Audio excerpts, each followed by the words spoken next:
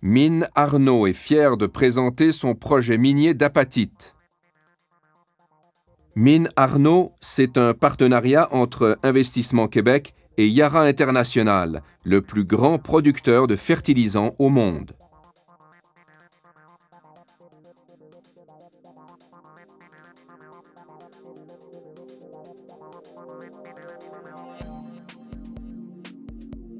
Situé à mi-chemin entre la ville de Sept-Îles et Pointe-Noire, le projet minier Arnaud est novateur et tourné vers le développement durable et le respect des communautés. Le parc à résidus et le complexe minier seront situés sur une terrasse de basse colline à près de 2 km au nord de la route 138, de l'autre côté des lignes de transport d'énergie.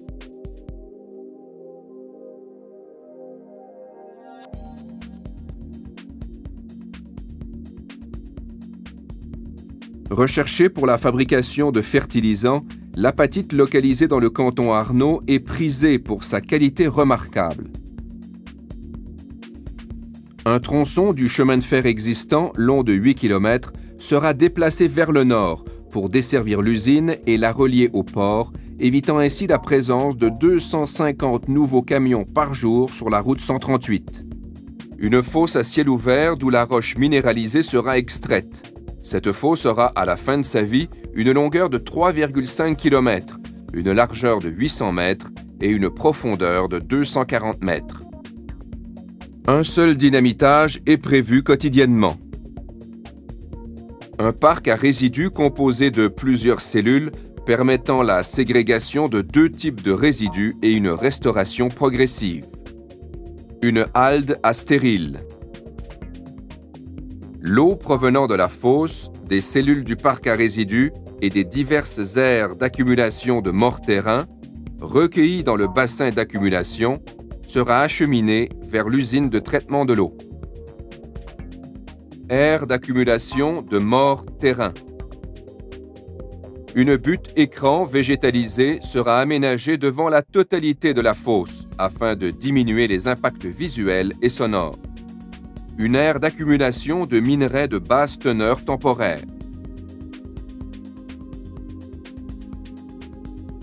La construction de la mine créera entre 800 et 1000 emplois. Son exploitation sur une durée de 23 ans créera 330 emplois directs et 425 emplois indirects, surtout chez des fournisseurs locaux et régionaux.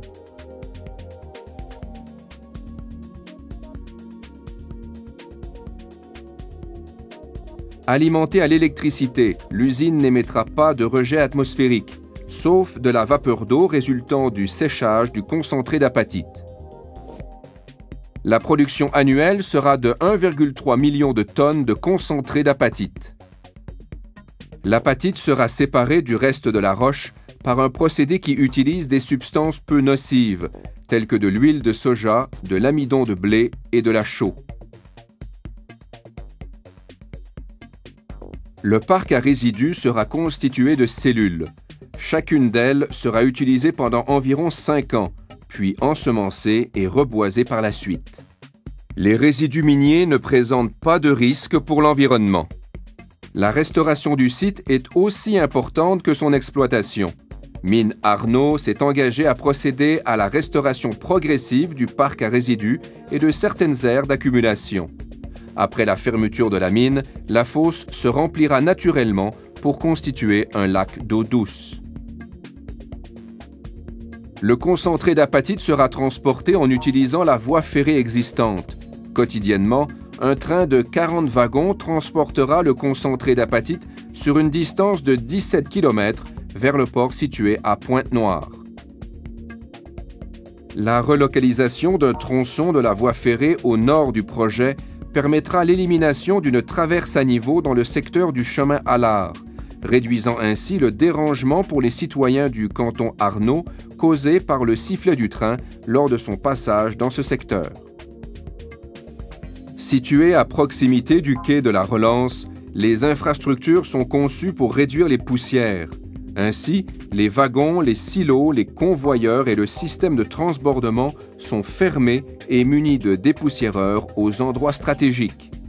2 bateaux par mois viendront chercher le concentré d'apatite qui sera livré en Norvège. Par son engagement à minimiser ses impacts sur l'environnement et sa volonté affirmée de maximiser ses retombées socio-économiques à l'échelle des communautés, le projet minier Arnaud est novateur et tourné vers le développement durable. Pour plus d'informations, s'il vous plaît, consultez le site internet www.minarnaud.com.